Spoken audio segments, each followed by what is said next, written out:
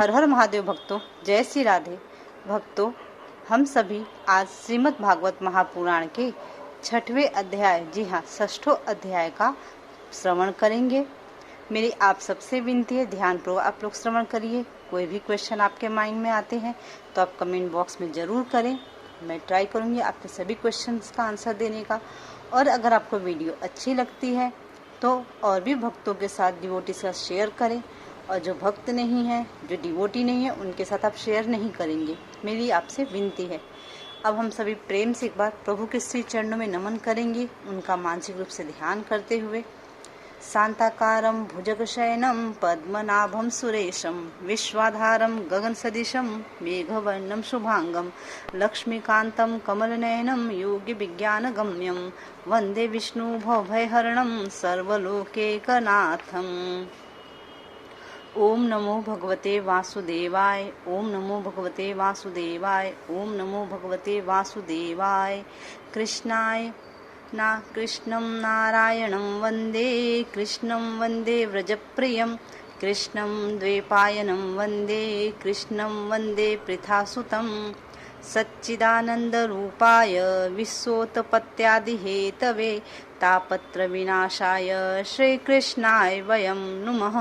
यं प्रव्रजन्तमनुपेतपेतकृत्यं द्वैपायनो विरहकातर आजुहाव पुत्रेति तन्मयतया तर्वो अभिनेन्दुस्तं।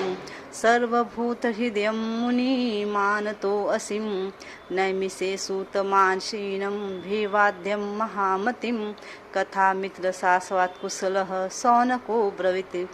भक्तों, मैं आपके साथ ना हर रोज प्रथम अध्याय के कुछ श्लोकों का उच्चारण करके आपको सुनाती हूँ, इसलिए ताकि आपको भी कानों में श्रीमद् भागवत महापुराण के कुछ श्लोक चले जाएं, इससे महापुण्य की प्राप्ति होती है। चलिए फ्रेंड्स, अब हम सभी पाठ स्टार्ट करते हैं। उसके पूर्व प्रभु के श्री चरणों में नमन करेंगे। बोले भक्तवत्सल भगवान की जय, व्यास जी भगवान की जय, सुखदेव जी महाराज की जय, नर नारायण भगवान की जय, माता सरस्वती की जय, गजानन गणपति भगवान की जय, माता भक्ति देवी की जय, सभी भक्तों की जय, भक्तवत्सल भगवान की जय।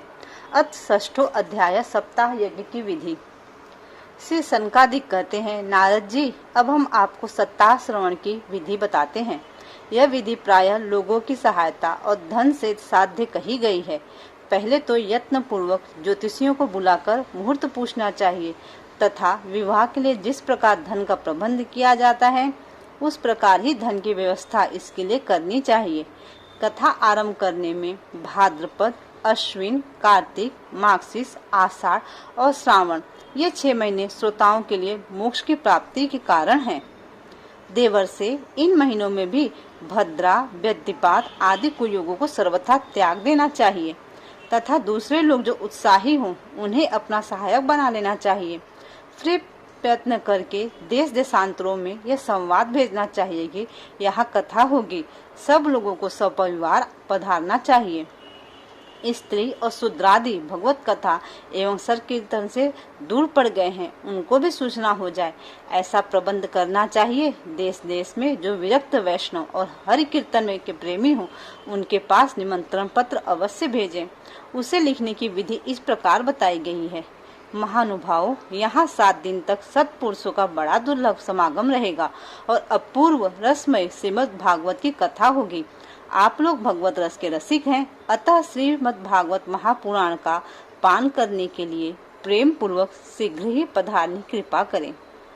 यदि आपको विशेष अवकाश न हो तो भी एक दिन के लिए तो अवश्य ही कृपा करनी चाहिए, क्योंकि यहाँ का तो एक क्षण भी अत्यंत दुर्लभ है। इस प्रकार विनय पूर्वक उन्हें निमंत्रण करें और जो लोग आए हैं उनके लिए यथोचित निवास का प्रबंध करें। कथा का श्रवण किसी तीर्थ में, वन में अथवा अपने घर पर भी अच्छा माना गया है।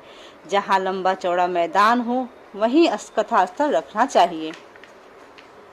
भूमि का शोधन, मार्जन और लेपन करके रंग बिरंगी धातुओं से चौक पूरे। घर की सारी सामग्री उठाकर एक कोने में रख दें। 5 दिन पहले से ही यत्नपूर्वक बहुत से बिछाने के वस्त्र एकत्र कर लें तथा केले के खम्भों से सुशोभित एक ऊंचा मंडप तैयार कराएं। उसे सब ओर फल, पुष्प, पत्र और चंदेवों से अलंकृत करें तथा चारों ओर झाड़ियां लगाकर तरह तरह के सामानों से सजा दें। उस मंडप में कुछ ऊंचाई पर 7 विशाल लोगों की कल्पना करें और उनमें विरक्त ब्राह्मणों को बुलाकर बैठाएं। आगे की ओर उनके लिए या वहां यथोचित आसन तैयार रखें। इनके पीछे वक्ता के लिए भी एक दिव्य सिंहासन का प्रबंध करें।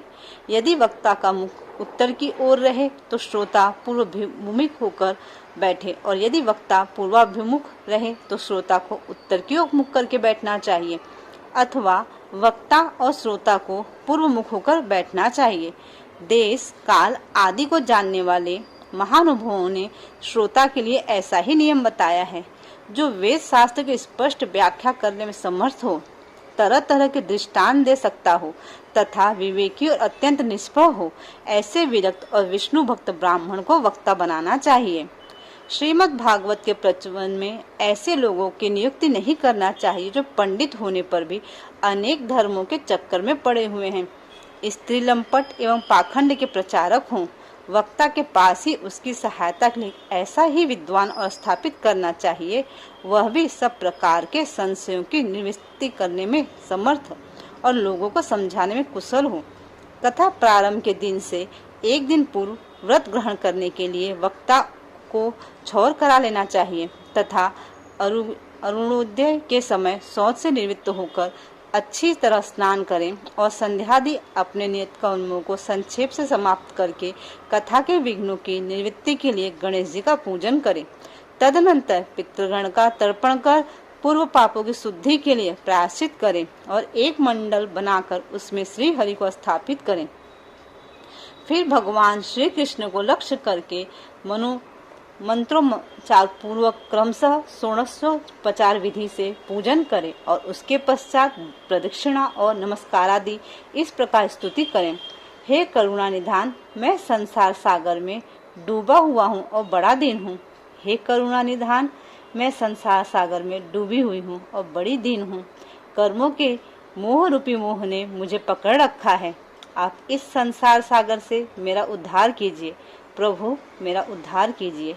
इसके पश्चात धूप, दीप आदि सामग्रियों से श्रीमद् भागवत की बड़े उत्साह और प्रीतिपूर्वक विधि विधान से पूजा करें। फिर पुस्तक के आगे नारियल रखकर नमस्कार करें और प्रसन्न चित्त से इस प्रकार स्तुति करें। श्रीमद् भागवत के रूप में आप साक्षात श्री कृष्णचंद्र ही विराजमान हैं। हे नाथ, मैं भव सागर से छुटकारा पाने के लिए आपकी शरण ली है। हे प्रभु, मैंने आपकी शरण ली है। मेरा यह मनोरथ आप बिना किसी विघ्न बाधा के सांगोपांग पूरा करें। हे केशव, मैं आपका दास हूँ, मैं आपकी दासी हूँ भगवान। इस प्रकार दीन वचन कहकर फिर वक्ता का पूजन करें, उसे सुंदर वस्त्राभूषण से विभूषित कर और फिर पूजा के पश्चात उसकी इस प्रकार स्तुति करें। सुख स्वरूप भगवान, आप समझाने की कला में कुशल और सब शास्त्रों में पारंगत हैं। कृपया इस कथा को प्रकाशित करके मेरा अज्ञान दूर करें। फिर अपने कल्याण के लिए प्रसन्नता पूर्वक उसके सामने नियम ग्रहण करें और 7 दिनों तक यथाशक्ति उसका पालन करें। कथा में विघ्न न हो, इसके लिए 5 ब्राह्मणों को और वर्ण करें। वे द्वादक्षर मंत्र द्वारा भगवान के नामों का जप करें। फिर ब्राह्मण अन्य विष्णु भक्त एवं कीर्तन करने वालों को नमस्कार करके उनकी पूजा करें और उनकी आज्ञा पाकर स्वयं भी आसन पर बैठ जाएं। जो पुरुष लोक, संपत्ति, धन, घर और पुत्र आदि की चिंता छोड़कर शुद्ध चित्त से केवल कथा में ही ध्यान रखता है, उसे इसके श्रवण का उत्तम फल मिलता है। अब डिवोटीज, आप लोग के मन में क्वेश्चन आता है ना कि सीरियसली क्या भागवत महापुराण के पाठ से फल मिलता है? मिलता है तो हमने तो बहुत बार कथा सुनी, हमें तो आज तक ऐसा कोई फल नहीं मिला। ऐसा नहीं लगा कि प्रभु कृपा हो रही है। देखिए, जब भी आप पाठ करेंगे ना, आपको हर जगह क्लियरली मेंशन किया और मिलेगा कि जो लोग शुद्ध चित्त होकर के, जी हाँ, पूरे 100% अपने आप को भगवान के प्रति लगा करके उनके ऊपर ही पूरा ध्यान करके श्रवण करते हैं ना, उनको भगवान की प्राप्ति होती है। हम श्रवण तो करते हैं, हम सब सुनते हैं, ठीक है, आप यूट्यूब पे सुनते हैं, आप घर में भी पाठ करते हैं, पर जो हमारा ध्यान रहता है ना, वो साथ साथ में बहुत चीज़ों में चलता रहता है। और आजकल तो आप सबका ध्यान रहता है कहीं बार बार मोबाइल साइलेंट पे है, किसी का कॉल तो नहीं है, कोई मैसेज तो नहीं है, कोई नोटिफिकेशन तो नहीं है, होता है ना, ये सारी चीज़ें सबके साथ होती हैं। तो ध्यान तो होता नहीं है भगवान जी में, या फिर ध्यान होता है घर में, आप कथा सुनने बैठे हैं फिर भी समय देखते रहते हैं बार बार कि कितना समय होगा, घर जाना है, ये करना है, वो करना है, ध्यान हमारा लगता नहीं है। हम सिर्फ कथा सुनते हैं एक अपने मन की शांति के लिए कि हाँ, हमने कथा सुनी भगवान की, ताकि भगवान जी ने जो कहा है हमें उसमें थोड़े बहुत पुण्य मिल जाए। पर हम भगवान की प्राप्ति के लिए कथा नहीं सुनते हैं। जिस दिन हम भगवान की प्राप्ति के लिए कथा सुनेंगे और कथा रीड करेंगे, मैं खुद के लिए भी बोल रही हूँ, ठीक है, जिस दिन भगवान की प्राप्ति की कथा सुनेंगे ना, कि भगवान हमें मिले, उस दिन सच में कथा सुनना हमारा सफल होगा और उसी दिन परमात्मा प्रभु की कृपा होती है। चलिए आगे स्टार्ट करते हैं श्रवण अगेन। बुद्धिमान वक्ता को चाहिए कि सूर्योदय से कथा आरंभ करे, 3:30 प्रहर तक मध्यम स्वर से अच्छी तरह कथा बाचे, दोपहर के समय 2 घड़ी तक कथा बंद रखे। उस समय कथा के प्रसंग के अनुसार वैष्णवों को भगवान के गुणों कीर्तन करना चाहिए, व्यर्थ बातें नहीं करनी चाहिए। कथा के समय मल मूत्र के वेग को काबू में रखने के लिए अल्पाहार सुखकारी होता है, इसलिए श्रोता केवल एक ही समय हविष्यात्र भोजन करें। देखिए, जो लोग भी कथा सुनते हैं ना, कराते हैं, जी हाँ, जो मेन श्रोता होते हैं ना, जो मेन यजमान होते हैं, उनके लिए रूल बताए गए हैं कि जब वो कथा के लिए दीक्षित होते हैं तो उनको चाहिए कि वो 7 दिनों तक केवल एक समय भोजन करें। उसके पीछे रूल ये होता है ना कि अगर आप खूब अच्छे से खा लेंगे, खूब सारा पानी पिएंगे, तो आपको उठने बार बार वॉशरूम जाने की जरूरत पड़ेगी। जी हाँ, लघु शंका के लिए। अब आप कथा में बैठे उठेंगे कैसे बार बार? तो देखिए, हमारे यहाँ ग्रहण होता है ना, तो हमारे यहाँ सूतक बोला जाता है। जी हाँ, आप में से बहुत सारे लोग बोलते हैं सूतक क्यों बोला गया, क्यों हमें बोला जाता है कि हम इतने समय तक कुछ खाए पिए नहीं। उसके पीछे का रीज़न यही होता है ना, जब मैं सूतक के रूल फॉलो करती हूँ तो मुझे ये लगता है अगर हम खाएंगे पिएंगे तो हमें बार बार वॉशरूम जाना पड़ेगा, और जब ग्रहण बेला होती है तो उस समय जाना हमें बहुत ज़्यादा पाप मिलता है, उससे अनिष्ट की प्राप्ति होती है। उस समय हमें नहीं जाना चाहिए ग्रहण के समय। तो इसलिए हम सूतक की बेला में से ना अपने ऊपर संयम करना स्टार्ट कर देते हैं। जब हम जैसे क्रिकेटर्स होते हैं, वो खेल के मैदान में छोड़ के बार वॉशरूम तो जाते नहीं हैं, उसी हिसाब से वो अपना खाना पीना रखते हैं, अपनी डाइट करते हैं। तो हम अपनी डाइट को यहाँ पे मैनेज करने का हमें रूल बताया गया है भागवत जी में भी। देखिए कितने सारे रूल्स हमारे इसमें शास्त्रों में छिपे हुए हैं जो पहले से बताए गए हैं। बस हमने अपने शास्त्रों को पढ़ना और रूल्स को फॉलो करना बंद कर दिया है। अगर हम पाठ करें, श्रवण करें और रूल्स फॉलो करें ना, तो लाइफ बहुत अच्छी हो जाती है। यदि श्रोता केवल एक ही समय हविष्यास भोजन करे, यदि शक्ति हो तो 7 दिनों तक निराहार रहकर कथा सुने, अथवा केवल घी या दूध पीकर सुखपूर्वक श्रवण करे, अथवा फलाहार या एक ही समय भोजन करे। जिससे जैसा नियम सुविधा से सद सके उसी को कथा श्रवण के लिए ग्रहण करे। मैं तो उपवास की अपेक्षा भोजन करना अच्छा समझता हूँ, यदि वह कथा श्रवण में सहायक हो। यदि उपवास से श्रवण में बाधा पहुँचती हो तो किसी काम का नहीं है। नारद जी नियम से सप्ताह सुनने वाले पुरुषों के लिए नियम सुनिए। विष्णु भक्ति की दीक्षा से रहित पुरुष कथा श्रवण का अधिकारी नहीं है। जो पुरुष नियम से कथा सुने उसे ब्रह्मचर्य से रहना, भूमि पर सोना और नित्य पति कथा समाप्त होने पर पत्तल में भोजन करना चाहिए। दाल, मधु, तेल, गरिष्ठ अन्न, भाव दूषित पदार्थ और बासी अन्न, इनका उसे सर्वदा ही त्याग करना चाहिए। काम, क्रोध, मद, मान, मत्सर, लोभ, दंभ, मोह और द्वेष को तो अपने पास ही नहीं फटकने देना चाहिए। वह वेद, वैष्णव, ब्राह्मण, गुरु, गौ सेवक तथा स्त्री, राजा और महापुरुषों की निंदा से भी बचे। नियम से कथा सुनने वाले पुरुष को रजस्वला स्त्री, अन्यत्य मलेच्छ, पतित, गायत्रीहीन, द्विज, ब्राह्मणों से द्वेष करने वाले तथा वेद को न मानने वाले पुरुषों से बात नहीं करनी चाहिए। सर्वदा सत्य, शौच, दया, मौन, सरलता, विनय, उदारता का बर्ताव करना चाहिए। धनहीन, क्षय रोगी, किसी अन्य रोग से पीड़ित, भाग्यहीन, पापी, पुत्रहीन और मुमुक्षु भी यह कथा श्रवण करें। जिस स्त्री का रजो दर्शन रुक गया हो, जिसके एक ही संतान होकर रह गई हो, जो बांझ हो, जिसकी संतान होकर मर जाती हो अथवा जिसका गर्भ गिर जाता हो, वह यत्नपूर्वक इस कथा को सुने। ये सब यदि विधि विद्वत कथा सुने तो इन्हें अक्षय फल की प्राप्ति हो सकती है। यह अत्युत्तम दिव्य कथा करोड़ों यज्ञों का फल देने वाली है। इस प्रकार इस व्रत की विधियों का पालन करके फिर उद्यापन करें। जिन्हें इसके विशेष फल की इच्छा हो वे जन्माष्टमी व्रत के समान ही इस व्रत कथा का उद्यापन करें। किंतु जो भगवान के अकिंचन भक्त हैं उनके लिए उद्यापन का कोई आग्रह नहीं है। वे श्रवण से ही पवित्र हैं, क्योंकि वे तो निष्काम भगवत भक्त हैं। इस प्रकार जब सप्ताह यज्ञ समाप्त हो जाए तब श्रोताओं को अत्यंत भक्ति पूर्वक पुस्तक और वक्ता की पूजा करनी चाहिए। फिर वक्ता श्रोताओं को प्रसाद, तुलसी और प्रसादी मालाएं दे तथा सब लोग मृदंग और झांझ की मनोहर ध्वनि से सुंदर कीर्तन करें, जय जयकार, नमस्कार और संग ध्वनि का घोष कराएं तथा ब्राह्मण और याचकों को धन और अन्न दें। श्रोता विरक्त हो तो कर्म की शांति के लिए दूसरे दिन गीता पाठ करें। गृहस्थ हो तो अवश्य हवन करें। उस हवन में 10वें कंद का एक एक श्लोक पढ़कर विधि पूर्वक खीर, मधु, घृत, तिल और अन्नादि सामग्रियों से आहुति दें अथवा एकाग्र चित्त से गायत्री मंत्र द्वारा हवन करें, क्योंकि तत्वतः यह महापुराण गायत्री स्वरूप ही है। होम करने की शक्ति न हो तो उसका फल प्राप्त करने के लिए ब्राह्मणों को हवन सामग्री दान करें तथा नाना प्रकार की त्रुटियों को दूर करने के लिए और विधि में फिर जो न्यूनाधिकता रह गई हो उसके दोषों की शांति के लिए विष्णु सहस्त्र पाठ का पाठ करें। उससे सभी को कर्म सफल हो जाएंगे, क्योंकि कोई भी कर्म इससे बढ़कर नहीं है।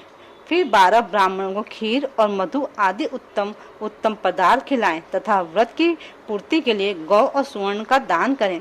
सामर्थ्य हो तो तीनों लोग 3 तोले सोने का एक सिंहासन बनवाएं, उस पर सुंदर अक्षरों में लिखी हुई श्रीमद् भगवत की पोथी रखकर उसकी आह्वानादि विधि उपचारों से पूजा करें और फिर जितेंद्रिय आचार को उसका वस्त्र, आभूषण एवं गंधादि से पूजन कर दक्षिणा के सहित समर्पण कर दे। यूं करने से वह बुद्धिमान दाता जन्म मरण के बंधन से मुक्त हो जाता है। यह सप्ताह पारायण की विधि सब पापों को निवृत्त करने वाली है। इसका इस प्रकार ठीक ठीक पालन करने से यह मंगलमय भागवत पुराण अभिष्ट फल प्रदान करता है तथा अर्थ, धर्म, काम और मोक्ष चारों की प्राप्ति का साधन हो जाता है, इसमें संदेह नहीं है। सनकादिक कहते हैं, नारद जी, इस प्रकार तुम्हें यह सप्ताह श्रवण की विधि हमने पूरी सुना दी। अब और क्या सुनना चाहते हो? इस श्रीमद् भागवत से भोग और मोक्ष दोनों ही हाथ लग जाते हैं। सूत जी कहते हैं, सौनक जी, यूं कहकर महामुनि सनकादिक ने 1 सप्ताह तक विधि पूर्वक इस सर्व पाप नाशनी, परम पवित्र तथा भोग और मोक्ष प्रदान करने वाली भागवत कथा प्रवचन किया। सब प्राणियों ने नियम पूर्वक इसे श्रवण किया। इसके पश्चात उन्होंने विधि पूर्वक भगवान पुरुषोत्तम की स्तुति की। कथा के अंत में ज्ञान, वैराग्य और भक्ति को बड़ी पुष्टि मिली और वे तीनों एकदम तरुण होकर सब जीवों के चित्त अपनी ओर आकर्षित करने लगे। अपना मनोरथ पूरा होने से नारद जी को भी बड़ी प्रसन्नता हुई। उनके सारे शरीर में रोमांच हो आया और वे परमानंद से पूर्ण हो गए। इस प्रकार कथा श्रवण कर भगवान के प्यारे नारद जी हाथ जोड़कर प्रेम से गदगद वाणी से सनकादिक से कहने लगे। नारद जी ने कहा, मैं धन्य हूँ, आप लोगों ने करुणा कर मुझे बड़ा ही अनुग्रहित किया है। आज मुझ सर्व पापहारी भगवान श्री हरि की ही प्राप्ति हो गई है। तपोधन, मैं श्रीमद् भागवत श्रवण को ही सब धर्मों से श्रेष्ठ मानता हूँ, क्योंकि जिसके श्रवण से वैकुंठ विहारी श्री कृष्ण की प्राप्ति होती है।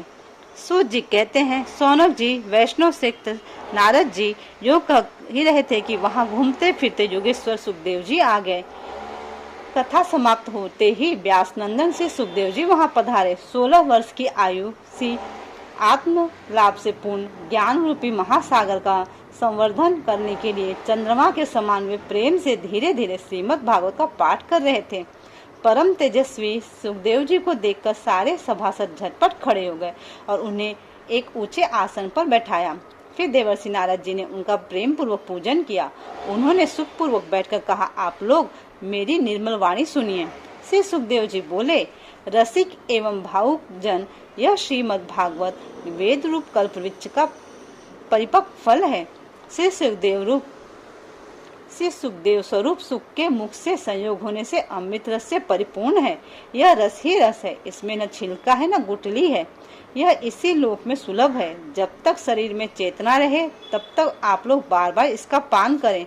महामुनि व्यास देव ने श्रीमद् भागवत महापुराण की रचना की है। इसमें निष्कपट निष्काम परम धर्म का निरूपण है। इसमें शुद्धांतकरण सत्पुरुषों के जानने योग्य कल्याणकारी वास्तविक वस्तु का वर्णन है, जिससे तीनों तापों की शांति होती है। इसका आश्रय लेने पर दूसरे शास्त्र अथवा साधन की आवश्यकता नहीं रहती। जब कभी पुण्यात्मा पुरुष इसके श्रवण की इच्छा करते हैं तभी ईश्वर अविलंबन उनके हृदय में अवरुद्ध हो जाते हैं। यह भागवत पुराणों का तिलक और वैष्णवों का धन है। इसमें परम हंसों के प्राय विशुद्ध ज्ञान का ही वर्णन किया गया है तथा ज्ञान, वैराग्य और भक्ति के सहित निवृत्ति मार्ग को प्रकाशित किया गया है। जो पुरुष भक्ति पूर्वक इसके श्रवण, पठन और मनन में तत्पर रहते हैं वह मुक्त हो जाते हैं।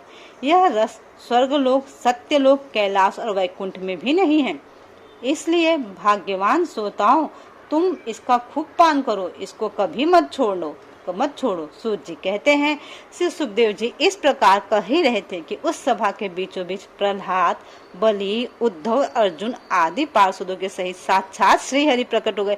बोलिए भक्तवत्सल भगवान की जय, राधा रमण भगवान की जय, श्री वृंदावन बिहारी लाल की जय, भागवत महापुराण की जय। तब देवर्षि नारद ने भगवान और उनके भक्तों की यथोचित पूजा की। भगवान को प्रसन्न देखकर देवर्षि ने उन्हें एक विशाल सिंहासन पर बैठा दिया और सब लोग उनके सामने संकीर्तन करने लगे। उस कीर्तन को देखने के श्री पार्वती जी के सहित महादेव जी, ब्रह्मा जी भी आए। कीर्तन आरंभ हुआ। प्रहलाद जी को फुर्तीले होने के कारण करताल बजाने लगे। उद्धव जी ने झांझे उठा ली और देवर्षि नारद वीणा की ध्वनि करने लगे। स्वर विज्ञान में कुशल होने के कारण अर्जुन राग आलापने, इंद्र ने मृदंग बजाना आरंभ किया। सनकादिक बीच बीच में जय घोष करने लगे और इन सब के आगे सुखदेव जी तरह तरह की सरस अंग भंगी करके भाव बताने लगे। इन सब के बीच में परम तेजस्वी भक्ति, ज्ञान और वैराग्य नटों के समान नाचने लगे। ऐसा अलौकिक कीर्तन देखकर भगवान प्रसन्न हो गए और इस प्रकार कहने लगे, मैं तुम्हारी इस कथा और कीर्तन से बहुत प्रसन्न हूँ। तुम्हारे भक्ति भाव ने इस समय मुझे अपने वश में कर लिया है, अतः तुम लोग मुझसे वर मांगो।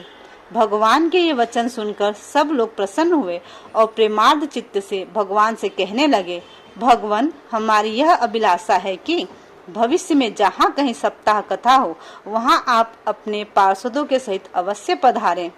हमारा यह मनोरथ पूर्ण कर दीजिए।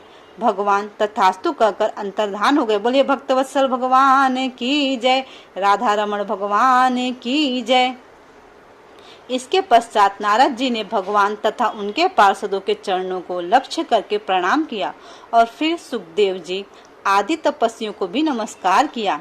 कथामृत का पान करने से सब लोगों को बड़ा ही आनंद हुआ। उनका सारा मोह नष्ट हो गया। फिर वे सब अपने अपने स्थानों को चले गए। उस समय सुखदेव जी ने भक्ति को उसके पुत्रों सहित अपने शास्त्र में स्थापित कर दिया।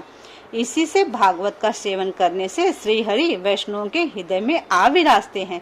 जी हाँ, भागवत महापुराण का पाठ करने से प्रभु हमारे हृदय में आकर के रहने लगते हैं। हमारा हृदय जो है ना, उनका रहने का स्थान हो जाता है। जो लोग दैत्य के दुख ज्वाला से दग्ध हो रहे हों, जिन्हें माया पिशाची ने रौट डाला है तथा जो संसार समुद्र में डूब रहे हों, उनका कल्याण करने के लिए श्रीमद् भागवत सिंहनाद कर रहा है। सौनक जी ने पूछा, सूत जी, सुखदेव जी ने राजा परीक्षित को, गोकर्ण ने धुंधकारी को और सनकादिक ने नारद को किस किस समय ग्रंथ सुनाया था, मेरा यह संशय दूर कीजिए। सूत जी ने कहा, भगवान श्री कृष्ण ने स्वधाम गमन के बाद कलयुग के 30 वर्ष से कुछ अधिक बीत जाने पर भाद्रपद मास की शुक्ल नवमी को सुखदेव जी ने कथा आरंभ की थी। राजा परीक्षित की कथा सुनने के बाद कलयुग के 200 वर्ष बीत जाने पर आषाढ़ मास की शुक्ल नवमी को गोकर्ण जी ने कथा सुनाई थी। इसके पीछे कलयुग के 30 वर्ष और निकल जाने पर कार्तिक शुक्ल नवमी से सनकादिक ने कथा आरंभ की थी। निष्पाप शौनक जी, आपने जो कुछ पूछा था उसका उत्तर मैंने आपको दे दिया। इस कलयुग में भागवत की कथा भवरोग की रामबाण औषध है। संत जन, आप लोग आदर पूर्वक इस कथामृत का पान कीजिए। यह श्री कृष्ण को अत्यंत प्रिय है। संपूर्ण पापों का नाश करने वाला, मुक्ति का एकमात्र कारण और भक्ति को बढ़ाने वाला है। लोक में अन्य कल्याणकारी साधनों का विचार करने और तीर्थों का सेवन करने से क्या होगा? अपने दूत को हाथ में पास लिए देखकर यमराज उसके कानों में कहते हैं, देखो, जो भगवान की कथा वार्ता में मत रहे हों उनसे दूर रहना। मैं औरों को ही दंड देने की शक्ति रखता हूँ, वैष्णवों को नहीं। इस असार संसार में विषय रूप विष की आसक्ति के कारण व्याकुल बुद्धि वाले पुरुषों, अपने कल्याण के उद्देश्य से आधे क्षण के लिए भी इस सुख कथा रूप अनुपम सुधा का पान करो। प्यारे भाइयों, निंदित कथाओं से युक्त कुपथ में व्यर्थ ही क्यों भटक रहे हो? इस कथा के कान में प्रवेश करते ही मुक्ति हो जाती है। इस बात के साक्षी राजा परीक्षित हैं। श्री सुखदेव जी ने प्रेम रस के प्रवाह में स्थित होकर इस कथा को कहा था। इसका जिसके कंठ से संबंध हो जाता है वह वैकुंठ का स्वामी बन जाता है। शौनक जी, मैंने अनेक शास्त्रों को देखकर आपको यह परम गोप्य रहस्य अभी अभी सुनाया है। सब शास्त्रों के सिद्धांतों का यही निचोड़ है। संसार में इस सुख शास्त्र से अधिक पवित्र और कोई वस्तु नहीं है। अतः आप लोग परमानंद की प्राप्ति के लिए इस द्वादश स्कंद रूप रस का पान करें। जो पुरुष नियम पूर्वक इस कथा का भक्ति भाव से श्रवण करता है और जो शुद्धांत करण भगवत भक्तों के समान इसे सुनाता है, वे दोनों ही विधि का पूरा पालन करने के कारण यह इसका यथार्थ फल पाते हैं। उनके लिए त्रिलोकी में कुछ भी असाध्य नहीं रहता है। इति श्री पद्म पुराणे उत्तरखंडे श्रीमद् भागवत महात्म्ये श्रवण विधि कथनम नाम षष्ठो अध्यायः।